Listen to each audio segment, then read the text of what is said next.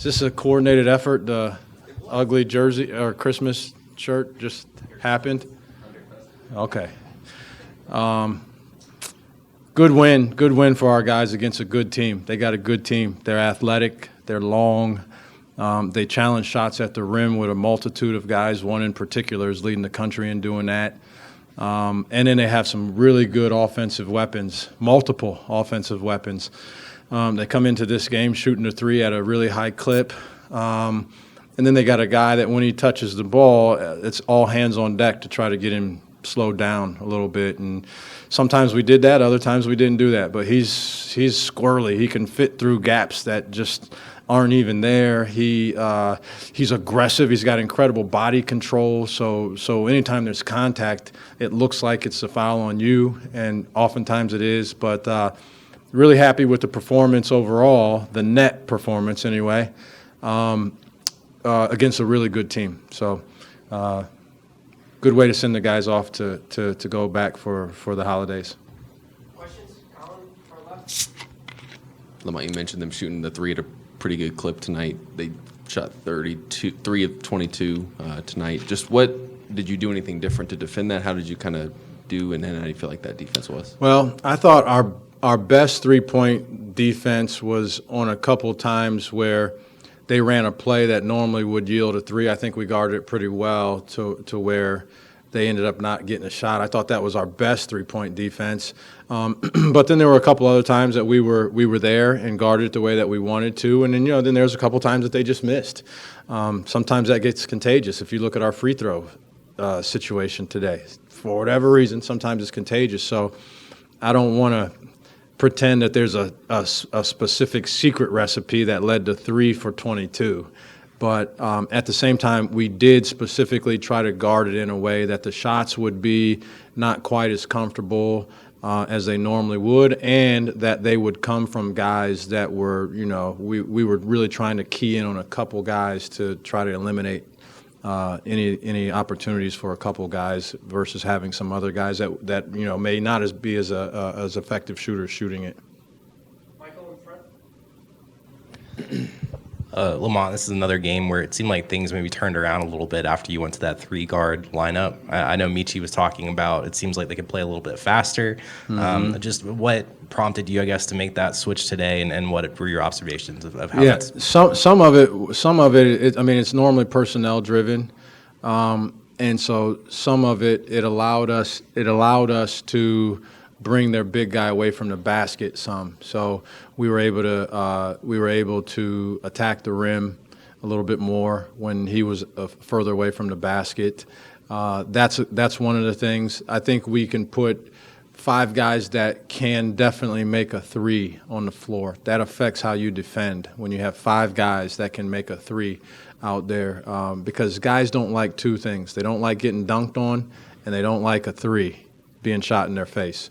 So you're going to tend to overreact to it. And so that allows us to do a couple different things offensively that we can't necessarily do when we're playing. But the trade-off is, defensively sometimes, what kind of personnel do they have? Are they committed to throwing the ball to the rim or to the post, and what do we need to do to be effective in those scenarios? But I think it stemmed out of just natural rotation. We took a look at it. A couple guys had fouls or hadn't played well, so we looked at a little smaller lineup, and it was effective for us.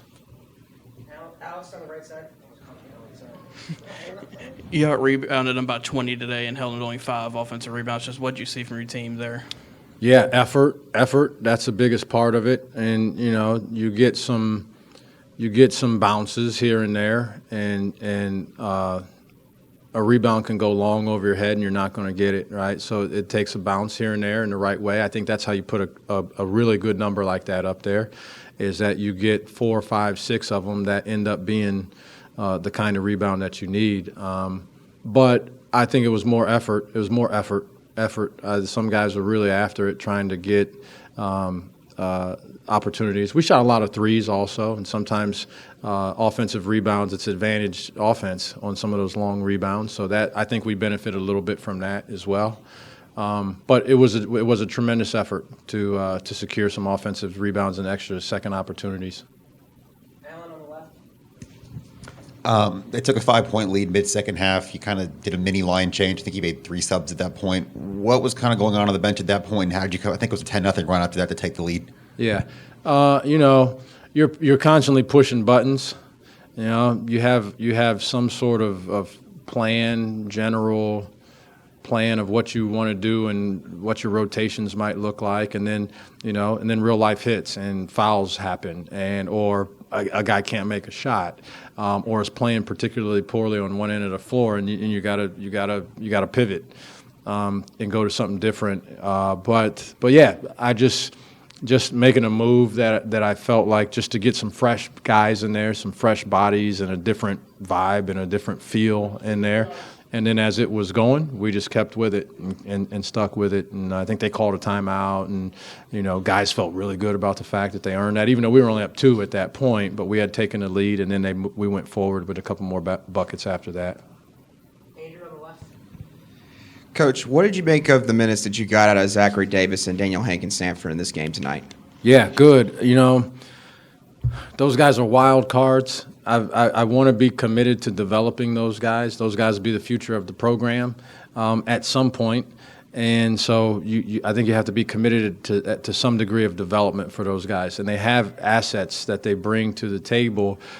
We talk a lot about net worth versus what happens in a gross landscape. I might score 14 points, but I gave up 16 points and I missed 2 blockouts and all these other things. So we talk about net, what you added to the team in a net capacity versus a gross capacity, and that's where those guys struggle. But today, they really added. I thought Daniel had incredible energy. I keep telling him, a dunk is still the same amount of points as just rebound it, come down with. But these guys, I'm telling you, they want to dunk if they want to do anything. So, but I thought he was relentless on the glass.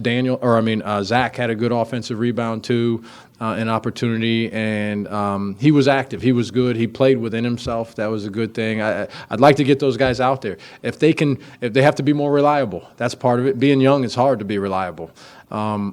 But they have to be more reliable. And the more reliable they are, and it's plain old, good old vanilla. It doesn't have to be anything spicy. But if they can be reliable, they can earn more minutes for themselves, and it can help us. They have both good length. They're both good athletes. We can play a variety of ways. They can spell a lot of different positions. So Daniel's strong. He can play the 5. He did play the 5 a little bit tonight. So I thought those guys were really good. I think they injected energy into what we were doing. Colin and Michael. Michi, we had, I think, 25 points on 16 shots, pretty efficient. When he's doing that from an efficiency standpoint, from a volume standpoint, what does this do for this offense? Yeah, it changes everything, right? It changes everything, and that was again with a couple other guys that didn't produce the way that they did normally from an efficiency standpoint. Okay, numbers might be numbers, but from an efficiency standpoint, it changes everything. Particularly when he's making the 3, He was able to get to the basket a couple times. The nice and one when we needed it. That's been something that we've been trying to work on, is getting downhill and get a complete package so they can't play you one way or the other way. And that's very difficult. Guys, you have your own little comfort zone and you play in that comfort zone normally. His is primarily as a jump shooter, and he passes well out of the ball screen. But if he can really consistently add a rim attack, which opens up, by the way, when you shoot the ball well from as deep as he can, I think it changes everything for us offensively. It spreads the floor is much more open. You have to spend more attention to the guy. Guys are going to get cleaner shots. The Chico Carters of the world are going to benefit more than anybody if Michi can continue to play at a high level like that. Michael in front. I know you've been at times a little critical, I guess, of the competitive fire you've seen from these guys. Obviously, a game like this, going back and forth and coming back and grabbing the lead, what have you seen in terms of growth from that aspect and the way guys are responding when another team is punching back? Yeah, I was really happy with that. Honestly, I talked about that in the locker room. I was really happy. I said before the game I wanted a normal game. And I don't know how many threes we're going to make or what's going to happen at the free throw line, but I wanted a normal game from an emotional and competitive standpoint, a normal game. Good things are going to happen. bad things are going to happen. I'm going to make an ugly face at you when you do one thing that you think is insignificant. It's going to happen. How do you respond to that? That happened with Michi. Michi's a great example of it. He came out of the game and he said something that wasn't. It's nothing bad, but as the point guard, you can't say that. No one can see you respond that way. So I brought him over to the side, and I got on him pretty aggressively, and he handled it, patted me on my butt, and went back in. That's normal. That's a normal response versus letting that affect your whole attitude the rest of the game, right? And guys have to. I thought that we were really good that way. They have a good team. Again, they responded every time we made a run. They responded, and I think the biggest component of all that, it wasn't because we made some crazy number of threes. It wasn't. I think we just responded normally. We had a normal response to get to the next thing that allowed us to get another stop and listen to what the instruction was that we had in the timeout. That's been a thing for us that has impacted some of the outcomes of these games. And as we can continue to get better at that, I'm really optimistic about how much growth can still occur with this team. Last question is Colin in the front left. Lamont, going back to that 3-guard lineup, correct me if I'm wrong, but when you play that, Gigi plays most of the 5 there, right?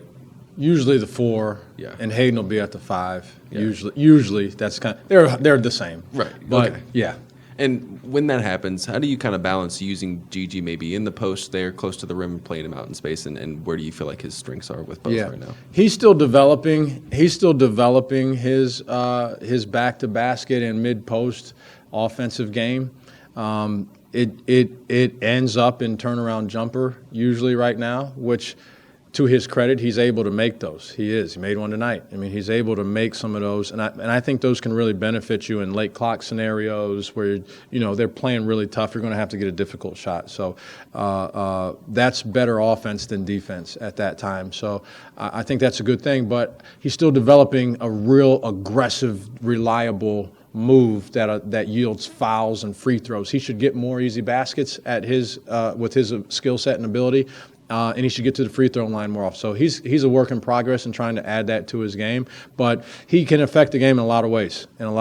As a shooter, my favorite thing is when he rebounds the ball like that, and we get out of there and we get bringing the ball down the floor. That was the biggest part of it. He had whatever it was, 16 defense or how many ever defensive rebounds. It was a lot. And that was getting us going. Guys don't have to hang around and wait. His aptitude to dribble and handle the ball and make decisions is really good. So I think just as an all-around player is where he's most effective for us. But it ends up going down to jump shots with him. Oftentimes, we're trying to add some more things to his game, and he's willing to try to do it. Appreciate it, Coach. Thanks, guys. Merry Christmas to everybody.